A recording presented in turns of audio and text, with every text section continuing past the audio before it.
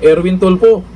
Takot yan matapos po mapabalitang iimbestigahan or paimbestigahan dyan sa Senado itong 18 ex-Marines o maletang pera issue. Ay, si Tulfo, ayaw. Gusto ngang malaman ng taong bayan kung totoo yan. Bakit itong si Tulfo takot yan? O ayon po dito sa balita ngayon. Teka, kasama ba pangalan niya na nakatanggap ng malay-malaytang pera? Ako'y nagtatanong lang ha. O eto ang laman ng balitang to. Erwin Tulfo, tutol sa Senate hearing sa affidavit ng 18 dating sundalo. Bakit naman, Tulfo? Nagpahayag ng matinding pagtutol si Senador Erwin Tulfo sa panukalang imbestigasyon ng Senado kaugnay ng mga paratang ng 18 dating sundalo na umano'y naghatid ng bilyon-bilyong pisong cash sa ilang mambabatas at opisyal na pamahalaan. Si Erwin Tulfo ay kabilang sa mga pinangalanan sa joint affidavit ng 18 dating security personnel ni dating Congressman Saldico na nagsasabing mga maletang may laman umano ng pera na na-deliver sa iba't ibang personalidad. Kaya naman pala, Tulfo pamor. Sa panayam sa DCBB nitong linggo, sinabi ni Tulfo na hindi niya papatulan ang aligasyon at hindi siya pabor na imbestigahan pa ito ng Senado. Hindi po basta-basta na masasabing aligasyon lang po yan, Mr. Tulfo. Maraming ebidensya na nailabas at marami pa raong ebidensya sila na ilalabas pag pinaimbestigahan na. Diyan siguro natakot si Tulfo. At hindi lang yan, yung 18 na lumantad ng mga ex-Marines, meron pa daw lalantad.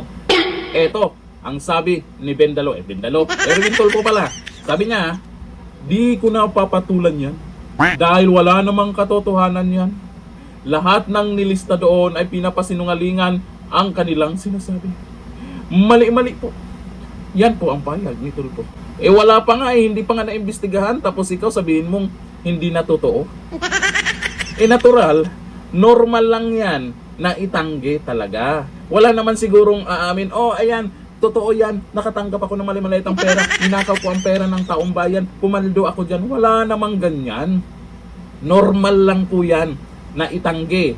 Kaya nga may investigasyon para malaman ang katotohanan. Kasi kung paninira lang yan, abay, hindi basta-basta yan. Binalita po kahit sa ibang bansa yan, Mr. Tulfo. Hindi mo pwedeng sabihin baliwalain lang yan, dapat imbestigahan. Halata yung mga galawan. Kasi yung mga nag-comment dyan ay natatawa na lang. Ayon pa sa senador, kung papasukin pa ng Senado ang usapin, mauwi lamang ito sa drama. Ay sino ngayon ang nagdadrama? Yung mga nagsasabing hindi totoo yan. Yun ba sila ay sigurado ba tayo ay hindi nagdradrama ang mga yan? Para kay Tulfo, mas mainam na ipaubaya na lamang sa Office of the Ombudsman. Alam naman natin kung sino yung nandun. At sa Department of Justice ang pagbusisi sa mga aligasyon. Noong February 25, naghain si Senadora Amy Marcos ng Senate Resolution number 317 na humihiling ng investigasyon in aid of legislation kaugnay ng umano'y money delivery scheme doon sa mali-malitang pera. Ang resolution ay inirefer sa Blue Ribbon Committee. Naku, Blue Ribbon Committee pa. Si Ping Lacson, hindi ba naisama yung pangalan niya sa di umano'y nadideliveran ng mali-malitang pera? Yan ang mahirap ngayon no? Kung merong mga binubulgar na di umano ay korupsyon, paano magkaroon ng patas na investigasyon? Paano maparusahan itong mga pumaldo? Kung yung mga chairman ng Blue Ribbon, kaduda-duda din, mukhang naisama din yung pangalan dyan sa mali-malitang pera. Hindi pa naman natin alam kung totoo yan pero paano tayo magtiwala kung mailatag yan sa Blue Ribbon Committee? Diba?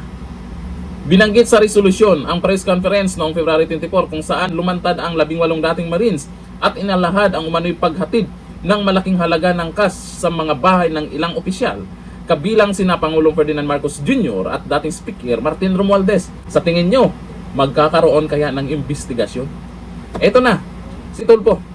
Ang tawag ng karamihan dito, Bendalo. Hindi papayag. Sa tingin nyo, si Ping Lacson, papayag ba talaga?